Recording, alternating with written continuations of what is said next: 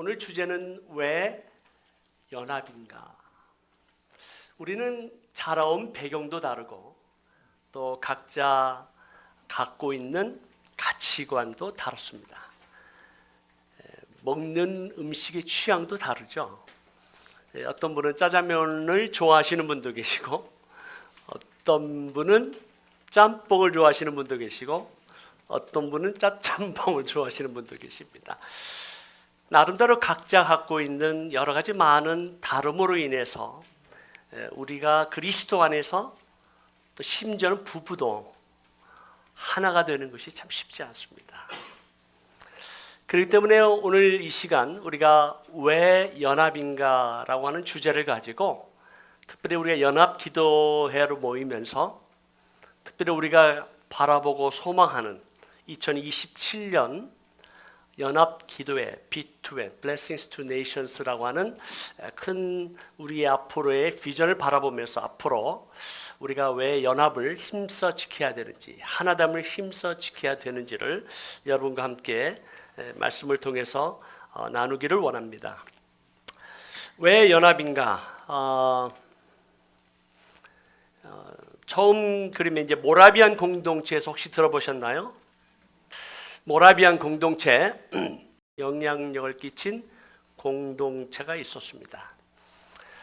모라비안 공동체인데요. 이 모라비안 공동체가 어떻게 시작이 되었는지를 여러분들에게 잠시 소개하려고 합니다. 지금의 프라하에서 한 30분 정도 떨어진 헐무트라고 하는 이 독일의 자그마한 도시에 니콜라우스 진센돌프라고 하는 사람이 있었습니다. 이분은 이제 백작이었어요. 그래서 선조로부터 물려받은 거대한 땅이 있었고 또 백작이었기 때문에 상당한 많은 또 재물을 갖고 있었던 사람이었습니다. 이 진센돌프가 비록 예수 그리스도를 믿는 집안에서 태어났고 또 예수 그리스도를 신실하게 믿고 또 성경에 기록된 말씀대로 순종하기를 원하는 참 열정과 또 열심이 있었던 청년이었습니다. 그러나 이 삶 가운데 예수 그리스도를 알지만 예수 그리스도를 믿고 있지만 정말 예수 그리스도가 나의 삶의 왕이신가? 또 내 삶의 목적이 무엇인가? 앞으로 어떻게 살아야 되는가에 대해서 심각하게 인생에 대해서 고민하기 시작합니다. 그래서 그 젊은 시절에 뒤셀도르프라고 하는 또 독일 여러 지방을 다니면서 이 뒤셀도르프라고 하는 지역의 한 미술관을 방문하게 됩니다. 그 미술관에서 한 그림을 보게 되는데 이 그림을 보면서 상당히 큰 충격을 받습니다. 이 그림은 에케 호모라고 하는 이 사람을 보라라고 하는 이태리 화가 도미니코 페티가 그린 그림입니다. 그 당시 중세기에는 예수 그리스도의 십자가에 관해서 또 부활에 관해서 또 예수 그리스도의 이 생애에 관해서 그린 그림들이 참 많았습니다. 그럴 때는 중세기에 특별하게 예수 그리스도의 십자가 고난 또 부활에 대한 것이 특별한 게 없죠. 워낙 유명한 화가들의 그림이 있었기 때문에. 근데 이 그림이 조금 특이했습니다. 이 그림을 계속 주시하면서 진센돌프가 그림을 바라보면서 특별히 이 그림이 특이한 점은 이 그림 밑에 적혀 있는 라틴어로 적혀 있는 글 때문이었습니다. 이 글을 이제 영어로 이제 번역하자면 This have I suffered for you. 내가 너를 위해서 고난을 당했는데 Now what will you do for me? 나를 위해서 무엇을 하겠느냐? 예수 그리스도께서 우리를 위해서 십자가에 죽으시고 피 흘려 주셨건만 그의 생명을 우리에게 주셨건만 너는 나를 위해 무엇을 하느냐? 라고 하는 이 글귀를 읽는 순간 진센돌프는 그 자리에서 무릎을 꿇고 통에 잡아가면서 예수 그리스도를 경험하게 됩니다. 우리 찬송가에도 있죠. 이 그림을 보고 또 지은 내 너를 위하여 모든 것을 주었건만 너는 나를 위해 무엇을 주느냐라고 하는 찬송가 가사도 이 그림을 본 한 여성에 의해서 이 작곡이 되어집니다. 그래서 이 예수 그리스도를 개인적으로 성령의 충만함을 받은 이 진센돌프가 자신의 땅으로 돌아와서 그 당시에 중세기에 카톨릭에 의해서 핍박을 받은 수많은 개신교 사람들을 모으기 시작합니다. 그래서 특별히 이제 존 호스나 그리고 존 칼빈이나 또 루터에 의해서 이제 종교 개혁이 막 시작되는 그 당시에 카톨릭에서 많은 핍박을 받던 개신교 사람들이 갈 데가 없는 거예요. 성도들이 갈 데가 없는데 진세도가 어마어마한 자기의 땅을 이제 오픈해서 모으기 시작합니다. 그래서 침례교 사람들도 모이고 장로교 사람들도 모이고 또 회중 교인들도 모이고 많은 종류의 사람들이 모이면서 각자의 땅을 부여받고 농사를 지으면서 살아가는 모라비안 공동체를 이루게 됩니다. 근데 한 가지 문제는 뭐냐면 이 다양한 사람들이 몰려오다 보니까 또 다양한 나라의 사람들이 모이고 또 각기 믿고 있는 신학적 관점이 다름으로 인해서 서로가 판단하고 정죄하기 시작합니다. 침례교파는 어렸을 때 세례 주는 것을 인정하지 않죠. 그래서 나이가 먹고 예수 그리스도를 분명히 믿는 것을 확인하고 어른이 되어야 침례를 받을 수 있다라고 이제 주장하고, 장로교에서는 그 부모의 믿음을 보아서 어렸을 때부터 세례를 줄 수 있다. 이거 가지고 이제 논쟁을 시작하기 시작합니다. 또 회전교회는 예수 그리스도 안에서 우리가 만인 제사장이기 때문에 우리가 성찬식에 참여할 수 있는 권한이 있다라고 주장하지만 장로교에서는 성찬식에 목사만 참여합니다. 그 당시에는. 그 일반 성도들이 참여할 수 없는 거예요. 그 왜 목사만 참여하느냐? 왜 우리가 함께 참여할 수 없느냐? 어떤 게 성서적으로 맞는 것이냐? 여러 가지 많은 이슈를 가지고 서로가 판단하고 정죄하고 다투고 싸우기 시작합니다.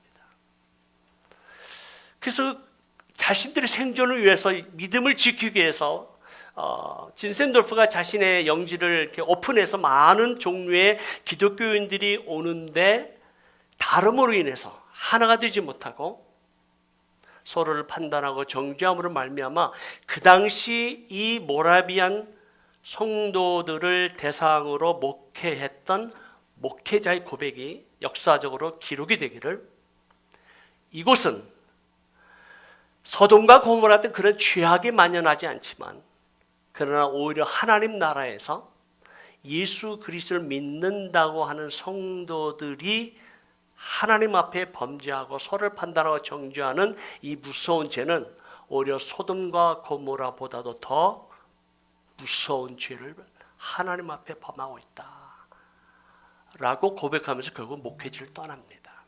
목회할 수가 없는 거예요. 누구의 말을 들을 수가 없는 거예요. 누구를 따라갈 수가 없는 거예요. 서로가 자기 주장이 옳다라고 얘기하기 때문에. 그래서 이 모습을 본 진센 돌프가 예수 그리스도를 믿기 위해서 이 땅에 몰려와서 함께 공동체를 이루는데 어떻게 우리가 그리스도 안에서 하나가 되지 못하는가? 그래서 모든 성도들의 가정을 한 분씩 방문하면서 1727년 5월 15일 날 브라더리 어그리먼트라서 모든 가정들이 사인을 하게 합니다. 우리가 다른 것을 인정하고 또 다른 것을 다르다고 우리가 축복하고 우리 예수 그리스도 안에서 연합을 이루고 하나됨을 힘써 지키자. 사인하세요. 그래서 다 사인을 받아요. 그래서 브라더리 어그리먼트라고 합니다. 그리고 그 이후에 계속해서 이제 기도하기 시작합니다. 기도하기 시작하는데 1727년 8월 달입니다. 3개월 후에 베틀렌, 제가 정확하게 이 발음하기가 참 독일 발음이나 좀 쉽지 않은데요. 베틀로프 Parish Church라는 지금도 이 교회가 존재하고 있습니다. 이 교회에서 수요 예배 때 한 약 30여 명이 기도를 하는데 그날 성령님이 임하십니다. 그래서 모라비안 펜테코스트다 역사적으로 기록이 되어 있습니다. 이 기록을 통해서 하나님의 임재가 언제 임하는가, 어떻게 임하는가, 하나님의 부흥이 어떻게 우리 가운데 임하는가, 하나님의 놀라운 성령의 역사가 어떻게 일어나는가, 그것은 하나님의 절대 주권이지만 하나님께서 우리에게 가장 중요하게 요구하시는 것은 우리의 하나됨입니다. 우리의 연합입니다. 우리가 그리스도 안에서 하나 되지 아니하면 성령의 역사가 일어날 수 없다라는 거죠. 우리가 나가는 교회도 다르고 또 신앙의 경륜도 다르고 어쩌면 신학적인 견해도 다를 것입니다.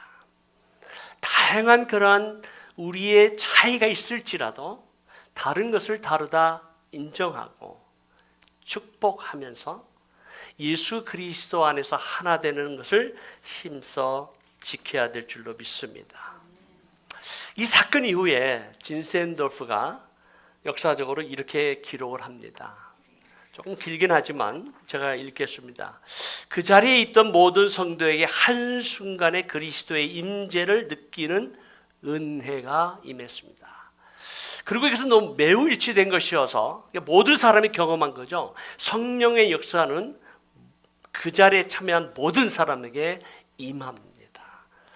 또 놀라운 사실은 이 모임이 열리고 있다는 사실조차도 모르던 20마일 떨어진 두 성도에게서 똑같이 동시에 하나님의 은혜를 경험하게 됩니다.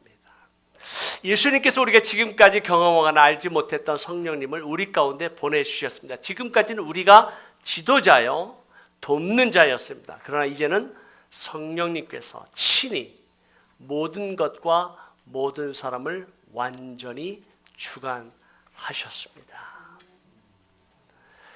우리가 하나 된다라고 하는 것은 그 누구도 리더가 되거나 혹은 차이가 있을 수 없다라는 거죠. 오직 예수 그리스도만이 우리의 왕이십니다. 예수 그리스도만이 우리의 주권자가 되십니다. 예수 그리스도만이 모든 부흥과 또 우리 삶 가운데 역사하시는 모든 생사화복을 주장하시는 여호와 하나님이신 것을 우리가 믿습니다. 예수 그리스도가 우리의 삶의 주인이시라면 은혜도 축복도 부흥도 우리 하나님의 주권입니다. 그렇기 때문에 하나님께서 이 놀라운 이 부흥을 경험한 이 모라비안 공동체에 어떤 일이 일어났는가? 연합을 하니까 그리고 기도하니까 성령이 임하셔서 놀라운 이 초대교회적인 부흥을 막 경험하기 시작하는데요. 그때로부터 24시간 기도 운동이 시작이 됩니다. 이 24시간 기도 운동이 우리가 알고 있는 아유베에서 시작된 것이 아니라 이미 수백 년 전에 모라비안 성도로부터 24시간 기도를 하기 시작하는데 1시간씩 심지어는 6살, 7살 어린 아이들도 은혜를 받고 나도 함께 기도하겠다. 그래서 다 사인해서 24시간 기도의 체인이 돌아가는 것이 무려 200년 동안 지속이 됩니다. 할렐루야. 이게 놀라운 하나님의 은혜죠. 기도의 능력을 체험하게 된 겁니다. 기도의 넓이와 높이와 깊은 것을 체험하게 되죠. 그래서 이 모라비안 성도들이 은혜를 받고 나서 어떤 역사가 일어나는가? 그대에 226명의 선교사가 자발적으로 공동체를 이루면서 세계로 흩어지기 시작하고 200년 동안 약 3,000명의 선교사를 파송하는 이 모라비안 공동체의 역사가 기록이 되어 있습니다. 이 모라비안 이 선교 운동으로 말미암아 영국을 뒤집었던 감리교회 장시던 존 웨슬레와 찰스 웨슬레가 모라비안 성도들에 의해서 대서양으로 가는 길에 그들의 그 폭풍 가운데서 두려워하지 아니하고 찬양하는 그들의 모습을 보면서 나도 똑같은 예수 믿는 사람이고 나도 저 아메리카 인디언들에게 복음을 전하러 왔는데 나는 두려움이 있고 왜 저들은 두려움이 없는가. 큰 충격을 받고 그 후에 영국에 돌아와서 모라비안 성도와 그 모임과 예배에 참석하면서 존 웨슬러가 회심하게 되죠. 그래서 놀라운 부흥의 역사를 이루었던 그 결정적인 계기도 모라비안 성도들이었습니다. 그리고 60년에 영국에서 우리가 알고 있는 근대 선교의 아버지라고 하는 윌리엄 캐리의 선교 운동이 시작이 됩니다. 이런 모든 것을 바라볼 때 왜 연합인가? 그리스도 안에서 하나됨이 왜 중요한가? 요한복음 17장 3절에 17장에 보면 예수님께서 간절히 기도하시는 내용이 나오죠. 주님께서 십자가에 달리시기 전 겟세마네 동산에서 간절히 기도하시는 그 내용의 전문이 요한복음 17장에 나와 있습니다.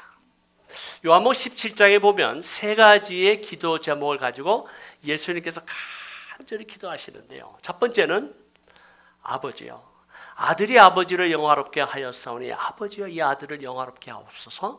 아버지와 아들은 하나입니다.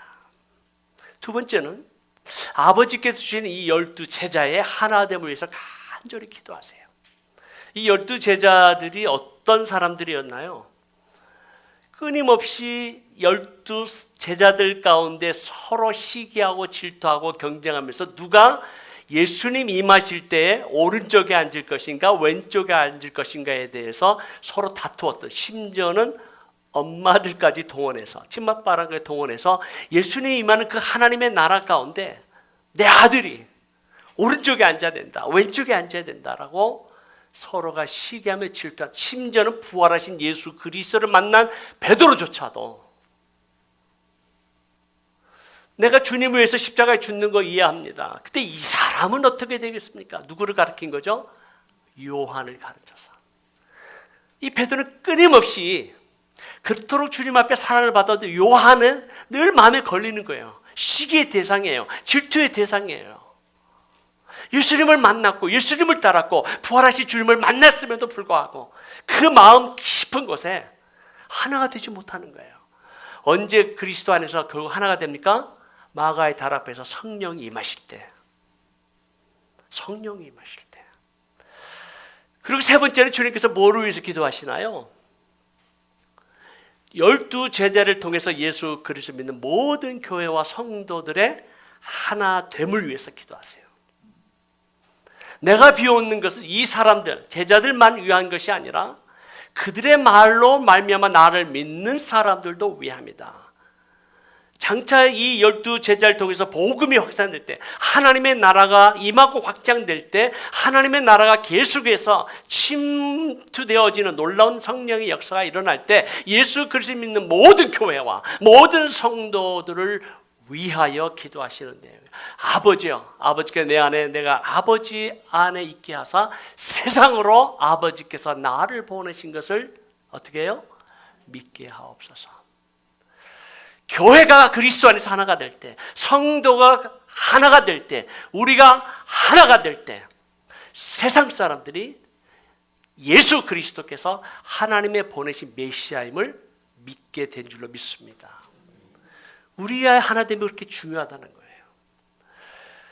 예수 그리스도께서 또 기도하시면서 아버지요, 아버지의 사랑으로 그들을 온전케 하사 세상 사람들로 하여금 아버지의 사랑을 좀 알게 해주세요. 아버지요, 창세부터 나를 사랑하신 나의 영광을, 내게 주신 나의 영광을 세상 사람들로 하여금 좀 보게 해주세요. 예수 그리스도 하나님의 보내신 메시아임을 어떻게 믿겠으며 세상 사람들이 하나님 아버지의 영광을 어떻게 보겠으며 세상 사람들이 아버지의 사랑을 어떻게 경험하게 되냐? 뭐를 통해서? 우리의 하나됨을 통해서.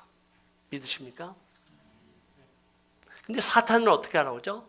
우리를 분열시키는 거죠. 가정에서도 남편과 아내가 하나 되지 못하도록, 교회 안에서 목회자와 지도자들과 성도들이 하나 되지 못하도록, 교회와 교회 간에 하나가 되지 못하도록 사탄은, 악한 영은 철저하게 교회를 분열시키고 가정을 파괴하려고, 성도를 무너뜨리려고 하는 이 무서운 괴계 속에서 우리가 예수 그리스도 안에서 하나됨을 힘써 지켜야 될 줄로 믿습니다. 그래서 연합입니다. 우리가 다르죠. 그러나 우리는 예수 그리스도 믿는 한 형제요, 한 자매인 줄로 믿습니다. 그래서 우리가 연합기도회가 이 투르키의 땅 가운데 2027년을 우리가 Blessings to Nations라고 하는 이 행사지만 이거는 모멘텀입니다. 그것을 중심으로 해서 터키 교회와 난민 교회가 그리스도 안에서 하나 되게 하시고, 나라와 민족 간의 서로를 향한 분열과 아픔과 상처와 그 전쟁 속에서 그리스도 안에서 하나 되게 하옵소서. 그리할 때 하나님의 역사적인 은혜와 축복으로 말미암아 그 땅과 민족 가운데 부흥이 일어날 줄로 믿습니다.